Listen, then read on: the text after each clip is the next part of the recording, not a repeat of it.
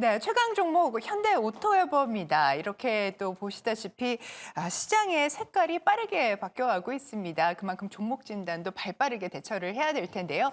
금요일이면 월가월보에서 종목 챙겨주시는 분 하창원 헤르메스스탁 본부장 어서 모셔보도록 하겠습니다. 어서 오십시오. 안녕하십니까. 네, 저희 리뷰부터 좀 가보겠습니다. HD 현대 일렉트릭 좀 여쭤볼 텐데요. 외국인 수급대 그때 좀 챙겨주신 종목이고 목표가 네. 10만 원으로 제시를 해주셨고 이게 23일부터 목표가 자리에서 지금 등락을 오가고 있습니다. 전일 종가가 99,200원. 현재 자리 어떻게 보시는지요?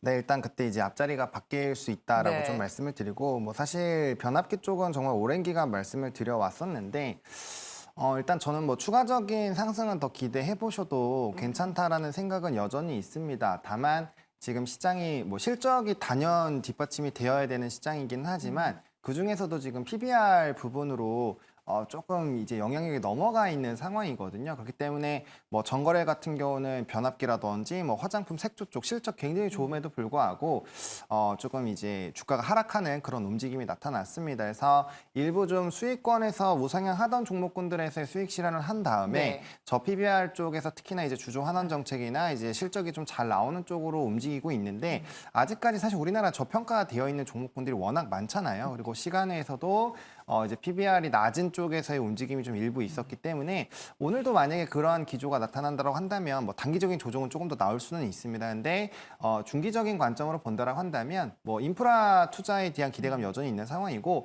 미국의 대선 후보자들 전부 다 인프라 얘기를 하고 있는 상황이거든요. 그래서 특히나 북미발 부분에서는 우리나라 또 대형 변압기가 엄청나게 잘 되고 있고 여전히 꾸준히 수주를 받고 있기 때문에 뭐 단기간에 기간 조정이 나올 수는 있지만 뭐 지속적인 우상향을 조금 더 기대해 보셔도 괜찮지 않을까라고 생각을 하고 있고요. 그래서 신규 편입하시는 분들은 약간의 좀 단기 조정이 나왔을 때 기간 조정 이후에 접근하시는 게 나을 것 같고요.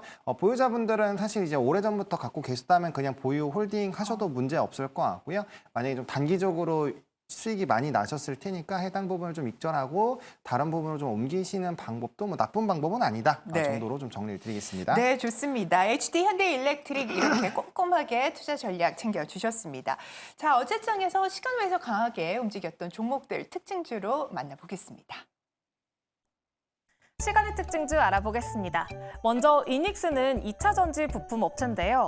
신규 상장한 첫날 강세를 보이면서 상한가로 마감했습니다. 또 저PBR주의 강세도 이어지고 있는데요. 기업 밸류업 프로그램의 구체적인 방안 발표 기대감에 일부 철강주들이 올랐습니다. 신스틸이 9.95%, 금강철강이 4.77% 올랐습니다. 이어서 FSM 볼까요? 갤럭시 S24의 중국 버전에 바이두 생성형 AI를 탑재한다는 소식이 전해졌는데요.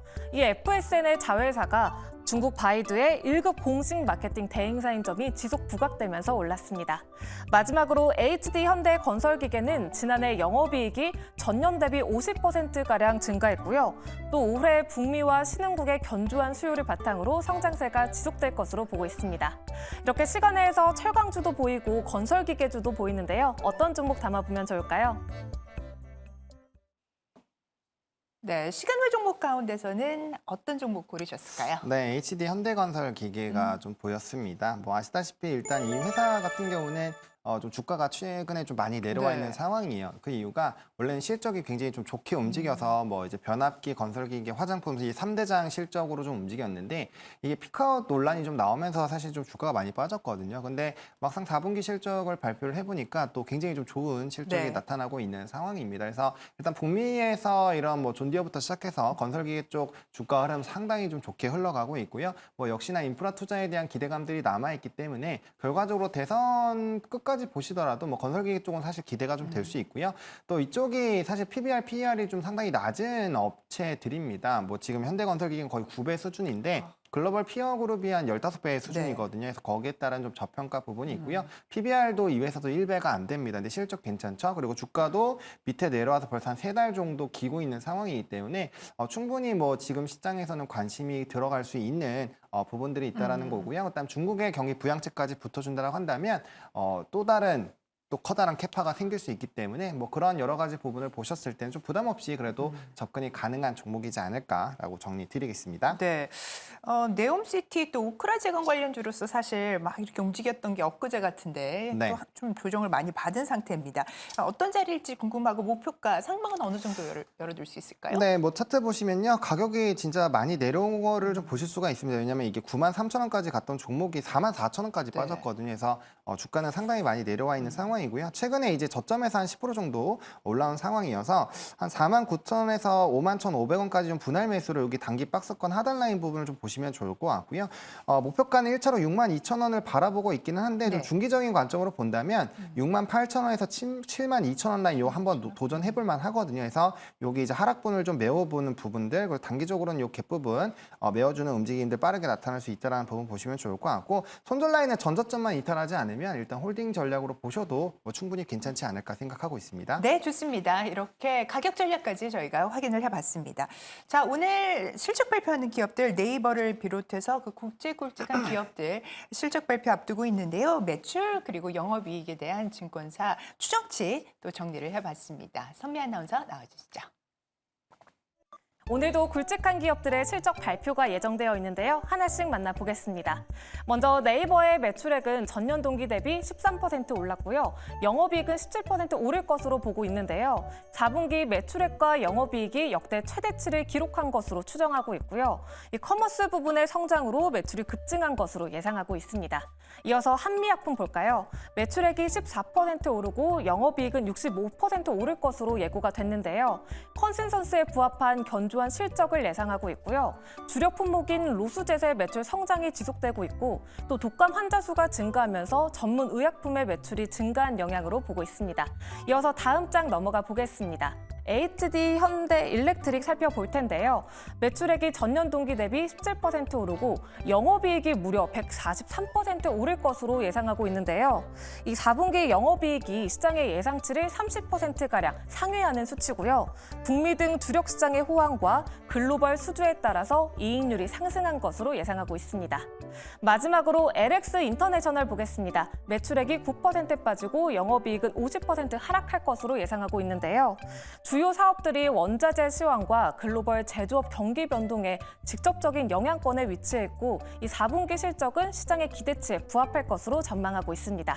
이렇게 오늘장 실적 발표 기업들 만나봤습니다. 네, 7개 기업 확인을 하셨는데요. 그 가운데 토픽 어떤 종목일까요? 네, LX 인터내셔널을 좀 보겠습니다. 사실 뭐 이번에 실적은 앞에서 브리핑 해주신 것처럼 뭐 그렇게 긍정적일 것 같지는 않아요. 근데 이제 실적에 대한 턴어라운드 기대감이 상당히 좀 높아져 있는 상황이어서 이번까지 실적을 좀 얻어맞고 그다음에 이제 그다음부터는 좀 턴어라운드 기대감이 좀 확대가 되지 않을까 싶은데, 일단 주가는 실적이 좋지 않을 것이다라는 얘기가 뭐 워낙 있었기 때문에 주가가 고점 대비해서는 상당히 좀 많이 떨어져 네. 있는 상황입니다. 그래서 뭐 그 부분들이 일부 좀 반영이 되어 있다라고 보시는 게 맞지 않을까라고 보고 있고요. 일단은 물류에 대한 좀 이슈가 있는 상황이죠. 그래서 만약에 지정학적 리스크가 조금 더 장기화가 된다면 뭐 물류 쪽에서는 실적에 대한 개선 움직임들이 굉장히 좀 가파르게 나타날 수 있다라는 평이 있어서, 근데 이제 단기적으로 뭐 지금 지정학적 리스크가 빠르게 해소가 됐으면 좋겠지만 그럴 수 있는 상황은 아닌 것처럼 네. 보이거든요. 그래서 거기에 따른 좀 사업적인 수혜를 일부 받을 수 있다라는 부분 보시면 좋을 것 같고, 그다음에 해외 자원 시장이 이전보다는 조금 시황이 전반적으로 좀 개선이 됐습니다. 그래서 아무래도 광물 쪽에 대한 부분에서 영향을 많이 받는 기업이다 보니까 그 부분에서는 좀 좋은 결과가 나타나지 않을까. 그래서 턴어라운드 이제 바닥을 찍고 업황이 좋아지는 부분으로 보시면 좋을 것 같고, 또 인도의 니켈 광산을 인수를 하는 부분인데 이게 결과적으로는 이제 앞으로 우리가 이제 히토류라든지 이런 광물 쪽에 대한 규제들이 더 강화가 되겠죠. 미중에 대한 갈등은 앞으로 심화가 될 수밖에 없는 상황이어서 그런 관점에서 봤을 때 이제 니켈에서의 좀 안정적인 광산을 인수를 하는 것은 앞으로의 매력도 부분에서는 또 상당히 매력적일 수 있다라는 점. 그리고 포스코 인터내셔널 같은 경우도 사실 다양한 부분을 신사업들 많이 하잖아요. 뭐 LNG 터미널도 같이 좀 진행을 하고 있기 때문에 그런 에너지 자원 부분으로의 좀 신사업이 확대가 되는 부분을 조금 보시면 좋을 것 같고요. 해당 부분에서의 만약에 좀 이제 이런 법제나 이런 부분에서 좀 수혜를 받기 시작을 한다면 또 바닥권에서 좀 빠르게 주가가 반등을 할 수 있기 때문에 뭐 이러한 부분들도 참고를 해보시면 좋겠습니다. 네, PBR이 0.43배. 네. 그리고 예상 배당률도 한 6% 정도로 나오고 있다는 것도 좀 포인트가 될 수 있을까요? 그렇죠. 근데 뭐 계속 PBR 얘기만 말씀드리기 좀 그래서 네. 그 부분은 좋습니다. 네. 네, 가격 전략 확인하겠습니다. 네, 가격 같은 경우는 지금 굉장히 좀 무난한 가격대입니다. 그래서 28,000원에서 29,000원 사이에서 분할 매수 보시면 좋을 것 같고요. 일단 목표가는 31,500원 보시면 좋을 것 같고 손절 라인은 25,000원 보시면 좋을 것 같습니다. 네, 하창원 본부장님의 오늘장 공략주도 확인을 해야 될 텐데요. 자, 오늘 또 여러 종목 중에서 어떤 종목 고르셨을지 바로 확인을 해보겠습니다. 네, 저는 하나투어를 좀 보고 있습니다.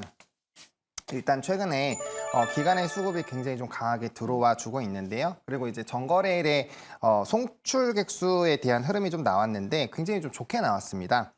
이제 전월 동월 대비했을 때 144% 증가했고 전월 대비했을 때 40% 증가를 했는데 코로나19 이후에는 이제 최고치가 좀 경신이 된 상황이고요. 사실 이제 많은 분들이 좀 가처분 소득이 좀 떨어졌다. 뭐 이런 얘기들이 많이 나타나고는 있는데 사실 거기에 비해서는 이제 이런 여행 상품에 대한 가격도 굉장히 좀 높아진 상황이에요. 평균 가격이 100만 원이 넘어가기 때문에 굉장히 좀 비싼데 과거에는 이제 뭐 우리가 관광지만 갔다 오거나 네. 아니면 이제 쇼핑을 좀 치중하는 그런 상품들이 좀 저가 상품들이 많이 있었는데 그런 것들을 없애면서 오히려 이제 여행들을 많이 다니시니까 이거 오히려 상품이 더 괜찮다라는 평이 좀 나오고 있어서 전반적인 가격대가 높아지고 있는 상황이고요. 그다음에 이제 뭐 뉴스 쳐보시면은 여행객 최대다 뭐 이런 얘기들 많아요. 그리고 네. 작년 설과 대비했을 때도 여행 이런 예약이 벌써 패키지가 50%가 넘게 팔리고 있기 때문에 뭐 이러한 좀 긍정적인 흐름들은 여전히 좀 유지가 되지 않을까라고 보고 있고요. 그다음에 일본이나 동남아 같은 근거리 소도시 관련된 부분에 수요가 엄청나게 나타나고 있는데 뭐 그건 우리들이 사실 좀 지금 많이 가고 있는 데잖아요. 그래서 거기에 따른 상품에 대한 매출 좀 좋아질 수 있는 상황이고 또 이 회사도 배당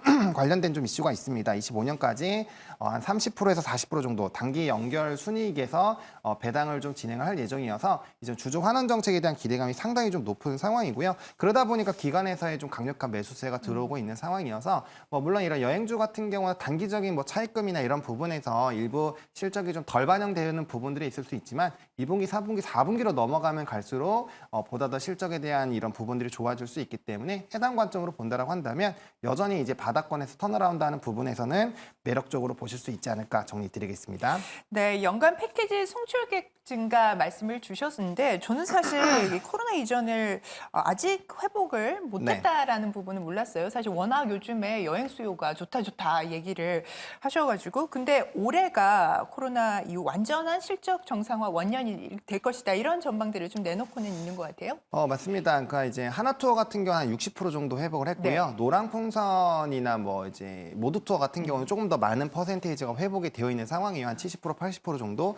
그러니까 아직도 그게 회복이 안 됐는데 지금 실적을 보시면 실적 부분들은 굉장히 빠르게 좋아지고 있는 상황이거든요. 그래서 일단 그때보다 평균 상품 가격이 한 20% 정도 이상 높아졌기 때문에 Q가 늘어나고 P가 동시에 상승이 나온다라고 한다면 당연히 산업에 대한 성장 기조가 빠르게 나타날 수 있기 때문에 그런 관점에서 본다라고 한다면 충분히 긍정적이고 아직 차트를 좀 크게 켜서 보시면 네. 굉장히 바닥권입니다. 그래서 바닥권에서 이제 막 턴을 하고 있는 상황이기 때문에 그런 부분에서 이제 업종의 턴이 나오는 부분은 뭐 상당히 긍정적으로 보실 수 있는 초입 부분이지 않나라고 생각을 하고 있습니다. 네. 자, 그러면은 지금 이런 하나 투어 같은 경우는 좀 좋아 보인다 말씀을 주셨고 관련돼서 뭐 항공 쪽이나 더불어서 같이 갈 수 있는 뭐 면세점 이런 부분들은 조금 더 기다려야 되는 거라고 생각하실까요? 사실 이제 면세 부분은 조금 고민을 하셔야 될 것 네, 같아요. 중국 쪽 그 부분은 유입이 이제 돼야 중국발 되니까. 영향이 예. 좀 크기 때문에 이번에 아모레퍼시픽 실적 발표 나왔을 네. 때도 중국발에서 좀 부정적인 이슈가 나오면서 좀 굉장히 어려움이 나타났잖아요. 그래서 그쪽은 좀 빼시는 게 좋을 것 같고요. 지금 당장은 여행 항공 쪽으로 좀 보시는 게 맞지 않을까 생각하고 있습니다. 네, 좋습니다. 자, 그러면 가격 전략도 확인하겠습니다. 네, 가격 전략은 좀 지금 5일 이평선 타가지고 계속 올라가고 있기 때문에 단기적으로 조금 만약에 눌리는 것까지 감안을 해서 11선 부분인 이제 6만 원부터 6만 3천 원 사이에서 좀 분할 매수 관점으로 보시면 좋을 것 같고요. 목표가 같은 경우는 이제 7만 2,500원으로 좀 바라보고 있는 상황인데 때문에 아마 이제 뭐 연말까지 좀 보신다라고 한다면 그 이상도 좀 노려보실 수 있지 않을까라는 생각은 좀 충분히 있거든요. 그래서 1차, 2차로 72,500원, 2차로는 한 78,000원 정도 보시면 좋을 것 같고 손절 라인 같은 경우는 54,000원을 좀 보겠습니다. 왜냐면 해당 부분이 바닥권에서 올라오면서 좀 횡보를 하면서 지지 나왔다가 상승하는 구간이어서 상당히 중요한 구간이다 말씀드리겠습니다. 네, 좋습니다. 이렇게 해서 하나투어에 대한 가격 전략까지 확인을 해봤습니다. 하창원 본부장님, 한 주 동안 수고 많으셨습니다. 대단히 감사합니다. 고맙습니다.